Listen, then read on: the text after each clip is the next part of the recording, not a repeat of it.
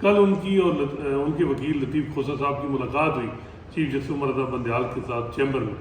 کیا جب ان کی پٹیشن پینڈنگ ہے ان کو ملاقات کرنی چاہیے تھی چیف جسٹس صاحب کو بھی, اور ان دونوں سینئر وکلاء کو جانا چاہیے تھا چیف جسٹس صاحب کو؟ دیکھیں چودھری اعتزاز احسن درخواست گزار بھی ہیں. اعتزاز احسن جو ہے نا یہ موجودہ عدلیہ کے فادر آف دا عدلیہ ہیں. ان کا بہت بڑا رول تھا ان کی بحالی میں, اور انہوں نے اس وقت یہ کہہ دیا تھا کہ جسٹس افتخار چودھری کے سامنے اگر کوئی کیس لگے گا تو میں وہ نہیں کروں گا, اور یہ انہوں نے کہا تھا کہ میں ان کے سامنے پیش نہیں ہوں گا. وہ تو چلے تو وہ آیا, وہ پیش ہوئے ان کے سامنے کہ نہیں ہوئے وہ مجھے نہیں پتا, آپ جانتے ہیں. لیکن جب انہوں نے یہ ساری باتیں کی تھی تو میں سمجھتا ہوں کہ ان کی جو ایک فیڈیوسری ریلیشن شپ ہے ان کے ساتھ, موجودہ ججز کے ساتھ, اس کو دیکھتے ہوئے, فیڈیوسری کہتے ہیں جہاں پہ کہ آپ کسی کو ول کو ڈومینیٹ کر سکیں, تو اس ریلیشن شپ کو دیکھتے ہوئے میں یہی سمجھتا ہوں کہ اعتزاز احسن صاحب کو ان کو نہیں جا کے کہنا چاہیے تھا, ملنا نہیں چاہیے تھا. میرے بہت سارے ججز سے زندگی میں تعلقات رہے ہیں, میں کبھی بھی ان سے جا کے چیمبر میں کبھی نہیں ملا, میں نہیں کبھی گیا. اور یہاں پہ تو تعلق بہت زیادہ ہے کہ ان سب کی بحالی میں بھی ان کا ایک ہاتھ رہا ہے. تو ان حالات میں خاص طور پہ لوگ اس طرح کی باتیں اگر کریں تو اس سے پھر انصاف ہوتا ہوا نظر نہیں آتا. سر آپ نے ساری عمر کالا کوٹ پہنا, بطور وکیل پریکٹس کی, سویلین عدالتوں میں پیش ہوئے, اٹارنی جنرل فار پاکستان رہے. آج آپ نے اپنے کالے کوٹ پہ عدم اعتماد کرتے ہوئے آپ کہتے ہیں آرمی فوجی عدالتوں میں مقدمات چلیں سویلینس کے. نہیں, میں نے کوئی عدم اعتماد نہیں کیا کالے کوٹ پہ. تو سویلین عدالتوں میں یہ چلنے کے قابل نہیں ہے یہ کیسے؟ آپ وردی پہ عدم اعتماد کر رہے ہیں.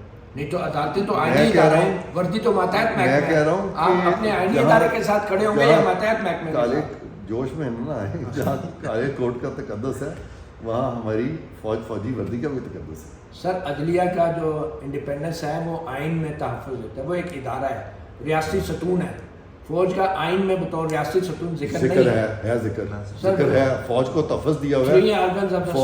فوج جو ہے وہ فوج کے معاملات جو ہے سر وفاقی حکومت کے ماتحت ہیں. سر فوج کے معاملات جو ہیں وہ حکومت دیکھتی ہے, عدالتوں کے ماتحت نہیں ہے نا, وہ سپریم کمانڈر کے ماتحت ہے. ٹھیک ہے, سپریم کمانڈر صدر ہے.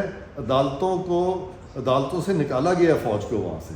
اچھا ٹھیک ہے, نکالا گیا. وہ عدلیہ کے برابر ہے آپ کے خیال میں؟ متی ناصر سب برابر ہے, کوئی نیچا نہیں ہے, کوئی کسی سے کام نہیں. سر لا منسٹر صاحب نے ابھی ریسنٹلی ہمیں بتایا تھا کہ جو یہ ملٹری کورٹس میں جو کیس ٹرائی ہوں گے یہ انشور کیا جائے گا کہ یونائٹڈ نیشنز کے جو کووننٹس ہیں جو سول رائٹس اور پولیٹیکل رائٹس میں جس میں 4 شرائط ہیں, مثلاً یہ کہ آپ کو لائر آف یور چوائس ملے گا, آپ کو جو ہے ایویڈنس کو ڈیفینس کرنے کا موقع ملے گا, آپ کو اس کی مطلب ڈاکیومنٹس ملیں گے, جوڈیشل ریویو کا جوڈیشل ریویو آخر میں مطلب اس کا موقع ملے گا, اور CRPC کا پروسیجر بھی ہوتا ہے. بالکل اس پہ پروسیجر ہوگا. لیکن سر یہ ہوتے ہوئے لیکن اس کے باوجود بہت زیادہ اس کے اوپر آ رہی ہے, کرٹیسزم آ رہی ہے کہ انٹرنیشنل ایمنسٹی نے بھی اس پہ بات کی ہے اور بھی دوسری یونائٹڈ نیشنز نے بھی بات کی ہے. تو سر آپ سمجھتے ہیں کہ یہ ہم مینیج کر پائیں گے؟ کیونکہ ادھر سے پریشر آ رہا ہے اور یہ کہہ رہے ہیں کہ ہم اس کو انشور کریں گے کہ کسی قسم کی انجسٹس نہ ہو, لیکن ملٹری کورٹس کے اوپر جو کانفیڈنس ہے وہ لوگوں کا ابھی بھی ریسٹور نہیں ہو رہا. دیکھیں یہ بڑی اچھی بات ہے کہ ہمیں باہر سے بھی رائے مل رہی ہے, اور میں نہیں کہہ رہا کہ ہم اس رائے کو بالکل ہی نظر انداز کر دیں, لیکن ایٹ دا سیم ٹائم اس رائے میں اگر یہ بھی مینشن کر دیں کہ جو پاکستان کا رائج الوقت قانون ہے اس میں کوئی سکم ہے, تاکہ یہ جو پٹیشنز ہیں اس میں اگر واقعی کوئی سکم اس طرح کے ہیں خاص طور پہ اس ٹرائل کی نسبت سے, اور وہ لوگ جن کے خلاف یہ کیسز چل رہے ہیں وہ جب تک سامنے نہیں آتے تب تک یہ سارے ایشوز سپریم کورٹ کیسے ڈیسائیڈ کرے گی. اچھا سر, آپ جواد خواجہ صاحب کی پیٹیشن داخل کرنے کے اوپر بہت برانگیختہ ہیں, اس کی وجہ یہ تو نہیں ہے کہ انہوں نے آپ کا لائسنس کینسل کیا تھا تو اس وجہ سے یہ میں بالکل قطعاً یہ وجہ نہیں ہے, کیونکہ مجھے ایز اے پرسن ان سے کوئی شکایت ہی نہیں ہے. میں جب بھی ان کو دیکھتا ہوں تو مجھے وہ آج بھی میں اس بات پہ ناراض نہیں ہوں, کیونکہ ان کا ایک زندگی میں ایک اسٹیٹ آف مائنڈ رہا ہے. وہ بڑے پیشنیٹ اور جذباتی رہے ہیں, ہر اس شخص کے خلاف جو شخص وہ سمجھتے ہیں کہ ان کے مسلک کا نہیں ہے ان سے اگری نہیں کرتا. یہ ٹھیک ہے کہ میں ان سے جو بہت ponytail نہیں رکھتا ہے. بہت ساری چیزوں میں نے زندگی میں ان سے ایگری نہیں کیا، لیکن ہرگز میں ان کے خلاف نہیں ہوں، اور میں ان دعا گو ہوں کہ اللہ میاں ان کو خوش و خرم رکھے اور وہ ایسی چیزیں کریں جس سے کہ یہ نہ لگے کہ وہ دنیا سے ہٹ کے کوئی انوکھی چیز ہے. سر آپ بھی جج رہے ہیں لاہور ہائی کورٹ کے، یہ اور بات ہے کہ آپ کو پھر عہدے سے 31 جولائی کے فیصلے سے ہٹایا گیا. جی تو اب اگر آپ سمجھتے ہیں وہ فیصلہ غلط تھا اور آپ آج بھی لاہور ہائی کورٹ میں پیش نہیں ہو رہے ہیں، تو آپ ابھی بھی اپنے آپ کو جج سمجھتے ہیں اور ابھی بھی یہ سمجھتے ہیں کہ آپ کے خلاف جوڈیشل کونسل میں کارروائی ہو سکتی ہے اگر کوئی آپ کے خلاف شکایت کرے؟ یہ سوال اس کا نہ سر نہ پیر ہے.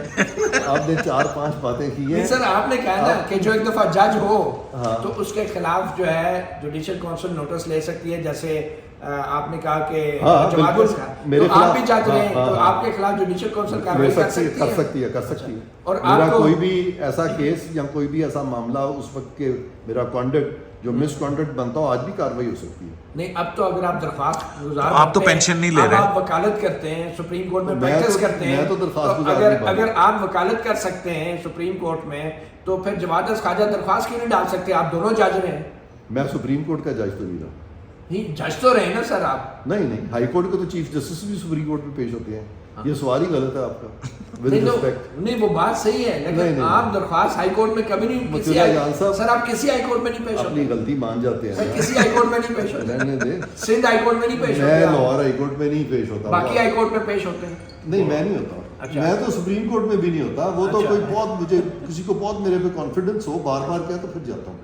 اسلام آباد ہائی کورٹ میں تو آپ گئے تھے میاں صاحب کے کیس. مجھے کہا گیا تھا، ہاں مجھے ہاں. کئی دفعہ کہا گیا تھا. میں پھر اپنے آپ کو جب میں کنونس ہو گیا تھا میں گیا تھا. As a lawyer Maryam Nawaz کے ہاں لائر کے بالکل گیا تھا.